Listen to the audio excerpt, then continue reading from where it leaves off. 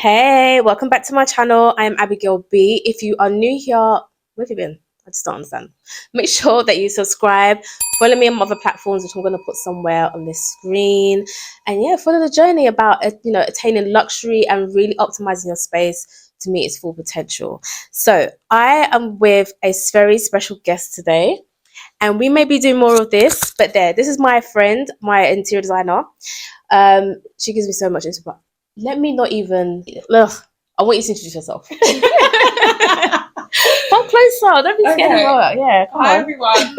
I am Tashoya, TMI Design, TMI Home Collective, all in one. Yeah.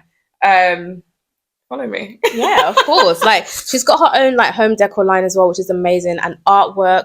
She's literally a jack of all trades. Like, her talent, her creativity is just spreading, and you need to be a part of it. Don't sleep on it. But yeah, so she's in my space today because we're going to be talking about how do you find what interior design or decor style really resonates with you, because there's so many out there, isn't there? Like, there's loads, and when there's some that are trending, it's very difficult to understand, is it really for you, or are you subconsciously following the trends? And how did we find what our individual styles are? So yeah, It's a good question, to be fair. yeah, I'd say most styles are always a part of a journey. okay, Like, you always start somewhere. So for me, before I even got into design, I don't know if you remember back in the day where you'd play these games online and you'd decorate a house or something like that. Yeah. Even in The Sims, that used to be my thing. And, you know, that's finding your style, finding what you like. And then later on in life, you move on and you start to, go to show homes and you start to branch out more because you actually want to find your own space. So then you start to take all those little childhood, wants and needs of how your future house is going to look into how, you want to make this your home. And I feel like there's always a big difference in, a house and in a home. I feel like a house is always something that would sort of be replicated in a way. But then once you actually add your own stamp to it, add your own style, whether that's, getting inspiration from Instagram, getting inspiration from Pinterest, using, designers or people that or following the trends that you see in a magazine, things like that, as long as you've got your own personal stamp on it, I feel like that's what makes the house a home. My journey, I'd say, started off when I got my first property, for instance, and at the time it was grey and white. That was the thing. That was the thing. And what didn't help as well was having a property that had a grey kitchen, grey flooring. So automatically you're thinking, okay, I'm going to go with a grey scheme. And I think after about a year, I started to get bored of seeing white walls. It kind of felt like a hospital in a way. Like quite clinical. Yeah, cold, doesn't have a homey feel. And I think where a lot of people started to find their style more, started to find what they're really into, was lockdown. I think lockdown was a crucial time for everybody, whereby, you're in this house 24/7, you're working from home. It has to feel warm. It has to feel less clinical. So I believe that's when I started to transition and introduce more of a timeless feel. So using neutral tones, the earthy accents, wood, stuff like that. And naturally, I feel like a lot of people started to latch onto that trend again. And I feel like it's so difficult to move away from the idea of a trend. But as long as you have your foundations, but add your own elements, your own personality to it, I feel like that's what completes the home. Otherwise you'll end up having a space that looks like everyone else's. And that was the issue, I think, a couple years ago. And it's a bit of pressure as well, isn't it? Yeah, definitely is. And everyone wants to have the nicest house, but what is the nicest house really? There's no such thing. It's only you can define that. Yeah, exactly. Yeah. But I'd say style is a journey. You don't automatically just, find your style just like that. You have to trial and error things. You have to see what suits you, what reflects your personality the most, what reflects your moods on a day-to-day basis, and what feeling do you want from the space every day that you wake up. Do you know what I mean? And if your home feels cold and less welcoming, and you always kind of feel that within yourself. So yeah, I'd always encourage to add an element of your own personality, whatever that may be. That could be in the form of art. Yeah. Like you've made your own artwork and it complements your home beautifully as thank well.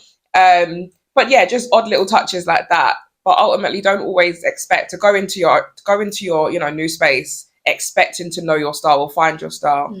It's a journey.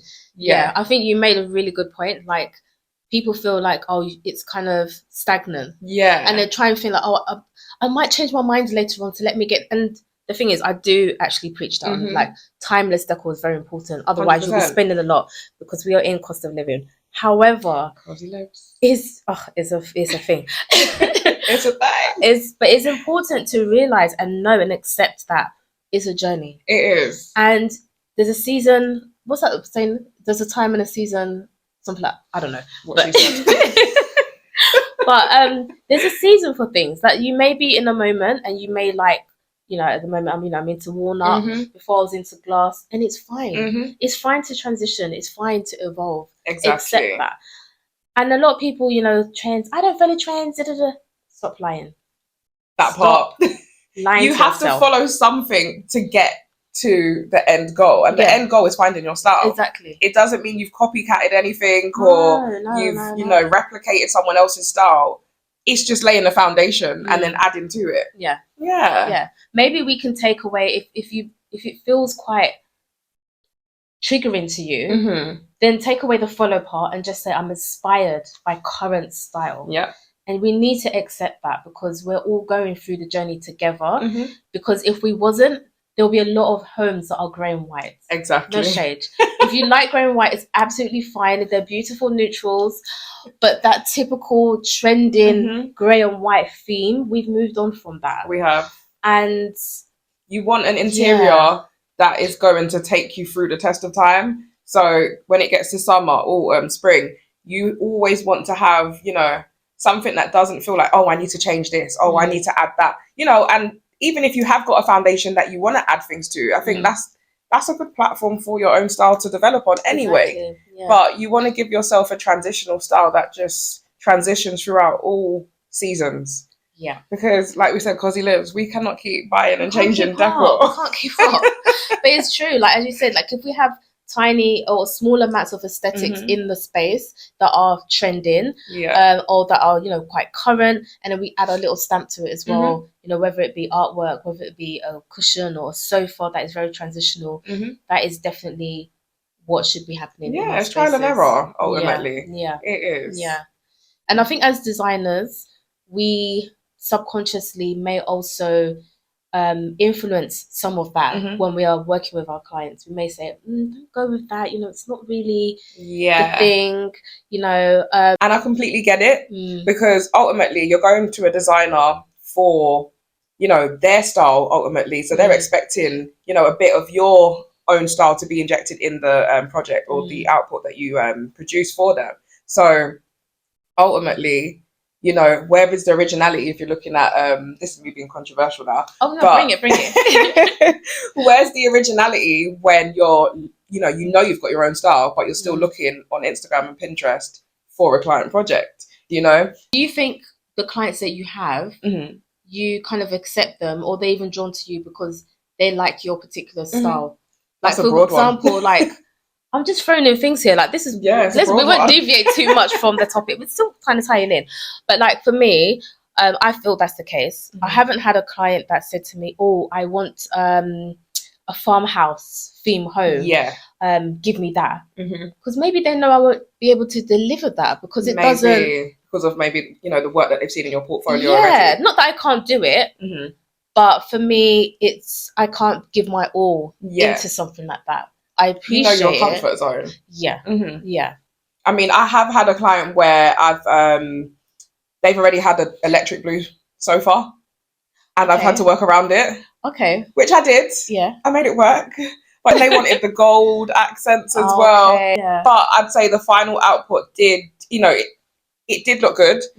It was more on the glamour side of things, whereas I'm more of a modern contemporary kind of babe. Yeah. We like to keep it minimal.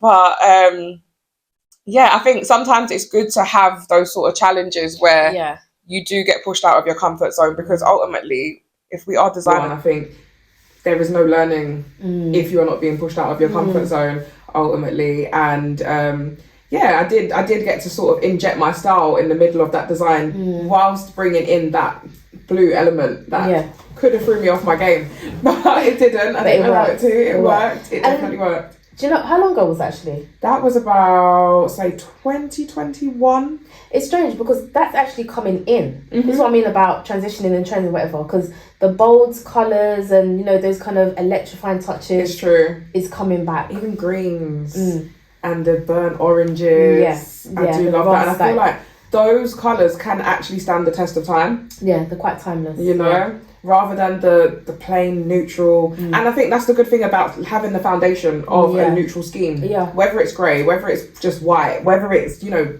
beige, cream, you can always add an element of colour to it. And adding colour is your personality that you're adding to it, which makes it your style. You've upcycled a bit of furniture or, you know, like now everyone does lime wash paint. Yeah. But it's still a bit of DIY. And it's coming back. It's coming back. Do you know what I mean? And it is a timeless feature, I think. Yeah.